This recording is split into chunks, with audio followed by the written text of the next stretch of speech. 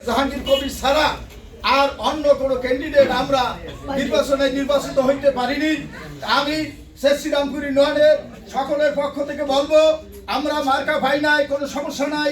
আমরা স্বতন্ত্র থেকে গোলাম আজম ভাই সৈকতকে নিয়ে আমরা মাঠে নামবো এবং আমাদের কাঠালিয়ার ছেলে এই হিসাবে আমরা আমাদের শেখ শ্রীরামপুর ইউনিয়ন থেকে বিপুল বোর্ডে তাকে আমরা জয়যুক্ত করবো।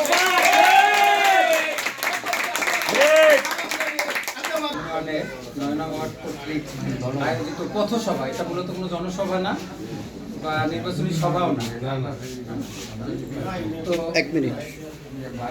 পরে সেই থেকে সাধারণ মোড়ের সাথে এই সৈকত বানাই চেসি প্রত্যেকটা ইউনিয়নে প্রত্যেকটা গ্রাম ঘোরা। এইরকম একজন নেতার সাথে আমরা বিশেষ করে দীর্ঘ হাসিনা পতনের পর থেকে আমরা আসলে কিন্তু শাহজাহান ওমর যখন আওয়ামী লীগে চলে গেছে আমরা দিশেহারা ছিলাম, এক ধরনের পথে পথে ঘুরছি, আমাদের কোনো গার্জিয়ান ছিল না।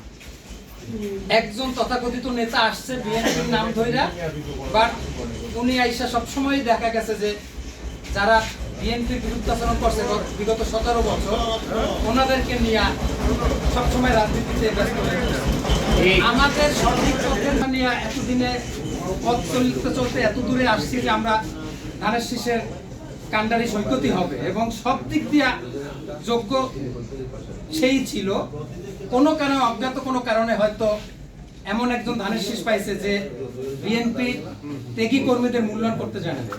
ঠিক কাজেই যে লোক মূলধারার বিএনপির কর্মীদেরকে আগলাইয়ে ধরে রাখছে এবং ভবিষ্যতেও ধরে রাখতে পারবে সে হচ্ছে গোলাম আজম সৈকত।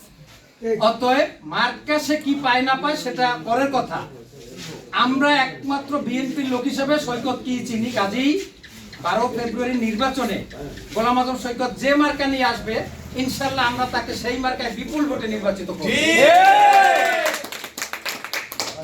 সামনে আমাদের নেতাই আমাদের কথা শোনাবে ভবিষ্যৎ।